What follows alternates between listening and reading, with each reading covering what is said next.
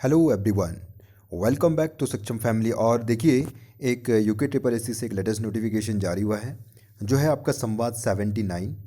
ये है आपके संबंधित डॉक्यूमेंट वेरिफिकेशन के संबंध में। ये है जिन अभ्यर्थियों का खनिज सहायक और वैक्तिक सहायक जिनका सिलेक्शन हुआ है और जिनको डॉक्यूमेंट वेरिफिकेशन के लिए नेक्स्ट मंथ बुलाया गया है, उनके लिए ये संवाद आयोग ने जारी किया है।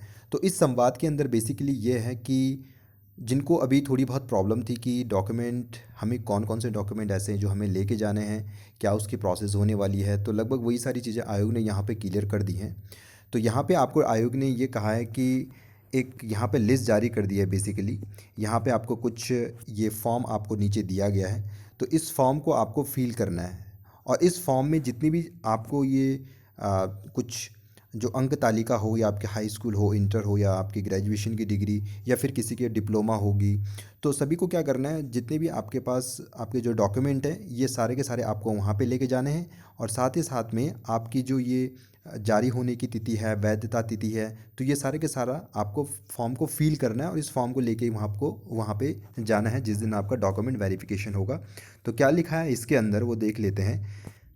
इसमें लिखा गया है कि उत्तराखंड अधीनस्थ सेवा चयन आयोग द्वारा माननीय उच्च न्यायालय उत्तराखंड के अधीनस्थ कार्यालयों समूह गांव में खनिज सहायक और आशुलिपिक के पदों पर चयनित अभ्यर्थियों का दिनांक 18 जनवरी से लेकर 22 जनवरी तक सत्यापन किया जाना है। तो अभ्यर्थियों के द्वारा अभिलेख सत्यापन के समय प्रस्तुत किए जाने वाले अभिलेखों के संबंध में परीक्षा की जा रही है कि इस संबंध में अभिलेख सत्यापन का एक मानक प्रारूप अभ्यर्थियों की उपयोगार्थ संलग्न है। ठीक है, तो यहाँ पे जो जो भी चीज़ें हैं वो आपने यहाँ पे दे दी हैं।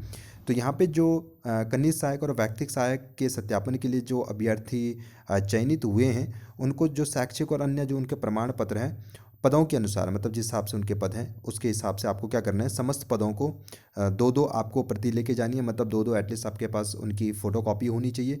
और आपके पास 4 फ़ोटो आपको लेके जाना है पासपोर्ट आकार की। ठीक है, और साथ ही साथ में वो आप अटैच्ड कर लीजिएगा उन्हें, सेल्फ अटैच जिसे कहते हैं, अपने मतलब खुद के साइन उसमें मारने, और वो अपने डॉक्यूमेंट लेके आपको आयोग के पास जाना है। ठीक है, और यहाँ पे जितनी ये सारी चीज़ें आपको दे रखी हैं, जो भी यहाँ पे ये प्रमाण पत्र इन्होंने मांगे हैं, देखिए यहाँ पे ये हाई स्कूल से लेकर डिप्लोमा, साथ ही साथ मूल निवास प्रमाण पत्र, और आपके जो भी डोमिसाइल है या फिर जिनके पास रिजर्वेशन के सर्टिफिकेट्स हैं, वो सारे के सारे आपको यहाँ पे भरने। और जो उनकी तिथियाँ हैं उनको भरना मत भूलिएगा।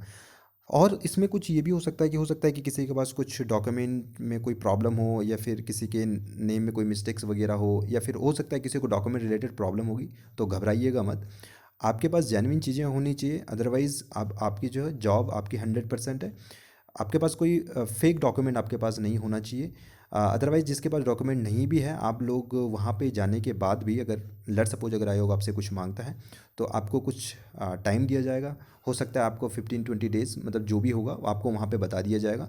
तो इस ड्यूरेशन में आपको जो भी आपके पास डॉक्यूमेंट नहीं है, या फिर किसी का कुछ करेक्शन करने को है, तो वहाँ पे आपको ये सारी चीज़ें बता करके आपकी जो प्रॉब्लम है वो सॉल्व आउट हो जाएगी। बट हाँ, आपका जो डॉक्यूमेंट है या जो आपके पास सर्टिफिकेट है वो आपका फेक नहीं होना चाहिए, वो आपका जेन्युइन सर्टिफिकेट होना चाहिए। हाँ, उसमें कोई प्रॉब्लम है, किसी का हो सकता है किसी का एक्सपायर हो गया है, या हो सकता है किसी का अब नया आना है ना, कुछ इस बिहा पे कुछ जो जिसकी प्रॉब्लम है, तो उनकी आप टेंशन मत लीजिएगा। वो सारे के सारे आप जब आयोग में जाएंगे तो वहाँ पे वो सारी चीज़ें हो जाएंगी। बट हाँ, जितनी भी ये सारी चीज़ें जो डॉक्यूमेंट आपसे मंगाए गए हैं, तो ये डॉक्यूमेंट आपको लेके जाने हैं, सेल्फ अटेस्ट करना है, खुद साइन मारने हैं, और 4 फोटो लेके जाना मत भूलिएगा। और साथ ही साथ में जो ये आपको डॉक्यूमेंट दिखाई दे रहा है, इसके एक दो फोटो कॉपी और अपने पास रख लेना, और साथ में कुछ और भी फोटो अपने पास रख लेना। ऐसे नहीं कि केवल 2 फोटो कॉपी मांगी तो केवल आप 2 ही लेके जा रहे हैं, अदरवाइज आपको थोड़ी बहुत प्रॉब्लमों का सामना करना पड़ सकता है। तो ये था आपका 79 संवाद के बारे में। अब हम देखिए, एक संवाद आज अभी एक और रिलीज़ हुआ है जो है आपके संवाद 80।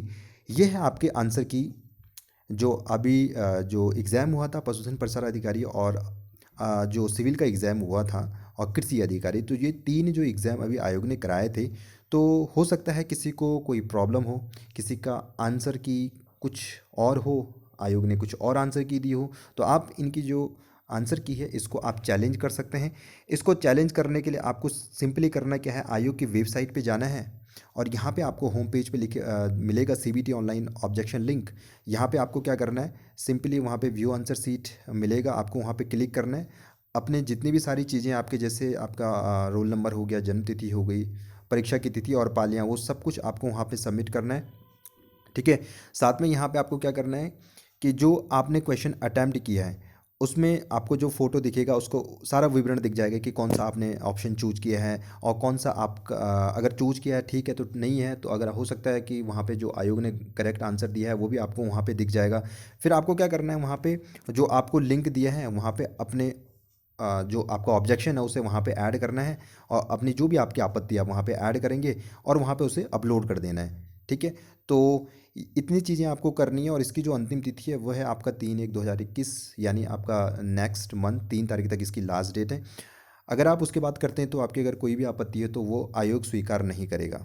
ठीक है, और साथ ही साथ में ऑफलाइन भी आपकी आपत्ति स्वीकार्य नहीं होगी, तो इसलिए जो भी है ये आपको ऑनलाइन ही करना पड़ेगा और इसकी लास्ट जो डेट है वो है आपकी 3 जनवरी 2021। तो आप इसे कर सकते हैं। सो इस वीडियो में इतना ही, हम मिलेंगे एक और नई वीडियो के साथ, तब तक के लिए bye bye, take care and thanks to all.